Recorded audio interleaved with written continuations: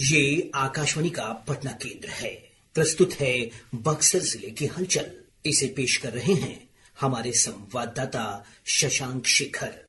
बक्सर की नई जिलाधिकारी साहिला हीर ने पदभार ग्रहण करने के बाद पारदर्शी प्रशासन, समयबद्ध कार्य और जनहित में अपनी पहली प्राथमिकता बताया। उन्होंने कहा कि जनता की समस्याओं को संवेदनशीलता के साथ समाधान किया जाएगा। बक्सर में भव्य सामूहिक विवाह समारोह का आयोजन हुआ, जिसमें 11 जोड़ों ने वैदिक रीति के साथ 7 फेरे लिए। गोपालगंज विधायक मिथिलेश तिवारी और संदेश विधायक राधाचरण शाह ने नवविवाहित को आशीर्वाद दिया। समारोह में सांस्कृतिक कार्यक्रमों ने माहौल को और उत्साहपूर्ण बना दिया। कितपुरा में 106 दिवसीय निःशुल्क मोतियाबिंद महाशिविर का आयोजन किया जा रहा है। 15 दिसंबर से 31 मार्च तक चलने वाले इस शिविर में 50,000 से अधिक मरीजों का मुफ्त ऑपरेशन किया जाएगा। मरीजों को भोजन, दवाइयां, चश्मा सुविधाएं भी निःशुल्क दी जाएंगी। चौथी राष्ट्रीय लोक अदालत में 1673 मामलों का निपटारा किया गया। करीब 4 करोड़ 2 लाख रुपए की समझौता राशि पर सुलह हुई। न्यायाधीशों ने लोक अदालत में त्वरित और सुलभ न्याय का प्रभावी माध्यम बताया। किला मैदान में रोजगार सह मार्गदर्शन मेला आयोजित होगा। जीविका और DDU-JKY के तहत युवाओं को रोजगार प्रशिक्षण और स्वरोजगार के अवसर मिले। वहीं चयनित युवाओं को मौके पर नियुक्ति पत्र भी दिए गए। स्वर्ण आयोग के अध्यक्ष महाचंद्र सिंह ने कहा कि उद्योगों से ही विकसित बिहार का सपना साकार होगा। उन्होंने नए रेस्टोरेंट उद्योग के उद्घाटन के अवसर पर युवाओं से स्वरोजगार अपनाने की अपील की। बक्सर जिले में 63 करोड़ 79 लाख रुपए की अनक्लेम्ड राशि विभिन्न बैंकों में जमा है।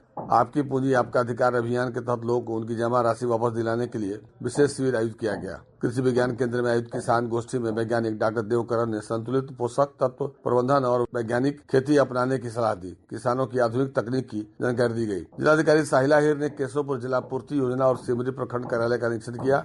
अधिकारियों को जन शिकायतों के शीघ्र निष्पादन और योजनाओं की गुणवत्ता सुनिश्चित करने का निर्देश दिया। पंचायती राज्य मंत्री दीपक प्रकाश ने कहा कि जिला परिषद की 129.67 एकड़ खाली जमीन से रोजगार के नए अवसर सृजित हो गए। यहाँ दुकान, मॉल और व्यावसायिक प्रतिष्ठान विकसित किए जाएंगे। डुमरांव स्थित BMP 4 परिसर में बैंक ऑफ बड़ौदा द्वारा शहीद पुलिसकर्मियों के परिजनों को 3 करोड़ 70 लाख रुपए का बीमा लाभ सौंपा गया। स्वर्गीय देवेंद्र पासवान की पत्नी रेणु देवी को 2 करोड़ और स्वर्गीय कौशल की पत्नी ममता देवी को 1 करोड़ 70 लाख रुपए की सहायता राशि दी गई। DIG अजय कुमार पांडे ने इस पहल को पुलिस परिवारों के लिए मजबूत सुरक्षा कवच बताया। भूमि से जुड़े सभी दस्तावेज अब पूरी तरह से डिजिटल होंगे। जमाबंदी, खतियान, खेसरा, LPC म्यूटेशन की प्रतिलिपि अब केवल ऑनलाइन और डिजिटल हस्ताक्षरित रूप में मिलेगी, जो न्यायालय, बैंक, अन्य सभी कार्यों में मान्य होगी। यह व्यवस्था जनवरी 26 से लागू हो गई है। शहरी क्षेत्रों में अब वंशावली प्रमाण पत्र जारी करने का अधिकार अंचलाधिकारी को दिया गया है। नगर निगम, नगर परिषद, नगर पंचायत क्षेत्र में यह नियम तत्काल प्रभाव से लागू कर दिया गया है, जिससे नागरिकों को बड़ी राहत मिलेगी। पर्यटन मंत्री अरुण शंकर प्रसाद ने बक्सर के रामरेखा घाट सहित पर्यटन योजनाओं का निरीक्षण किया। उन्होंने लाइट एंड साउंड परियोजना और घाट सौंदर्यीकरण को बक्सर की सांस्कृतिक पहचान से जोड़ते हुए इसे पर्यटन मानचित्र को प्रमुखता स्थान दिलाने की बात कही। राजस्व एवं भूमि सुधार विभाग के प्रधान सचिव CK अनिल की अध्यक्षता में समीक्षा बैठक हुई। परिमार्जन मामलों के लिए 75 दिन की समय सीमा तय की गई। सभी लंबित आवेदनों का 1 माह के अंदर निष्पादन और 15 जनवरी तक लैंड बैंक निर्माण करने का निर्देश दिया गया।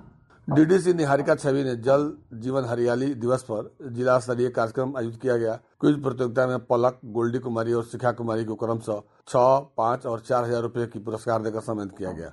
MP हाई स्कूल की छात्रा लवली कुमारी का चयन राष्ट्रीय बाल वैज्ञानिक प्रदर्शनी के लिए हुआ है। स्मार्ट ब्लांड स्टिक मॉडल के लिए उन्हें विद्यालय में सम्मानित किया गया।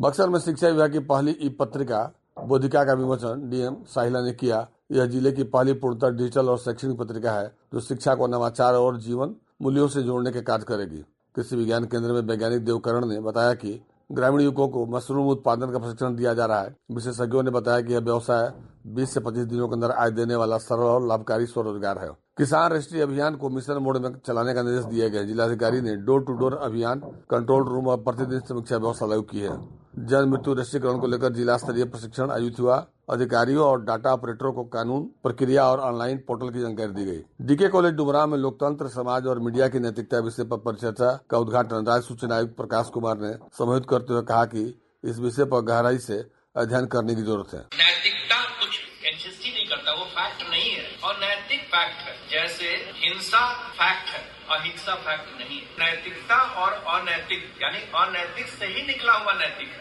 तो ये समझना जरूरी है कि अनैतिक क्या है। मुख्य अतिथि विधान परिषद सदस्य प्रोफेसर नवल किशोर यादव ने मीडिया की सामाजिक जिम्मेवारी पर जोर दिया। उन्होंने कहा कि नैतिकता तो तब है जब अपने बेटे की तरह दूसरा का बेटा और बेटी भी आपकी नजर में आए, इसी का नाम नैतिकता है।